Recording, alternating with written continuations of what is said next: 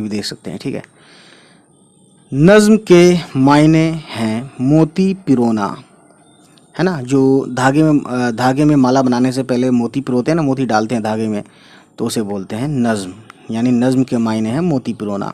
जिस तरह किसी हार के तमाम मोती या माला के तमाम फूल एक दूसरे से जुड़े होते हैं और सब मिलकर एक हार या माला की शक्ल बनाते हैं, इसी तरह नज़्म के तमाम अशार एक उन्वान से जुड़े होते हैं।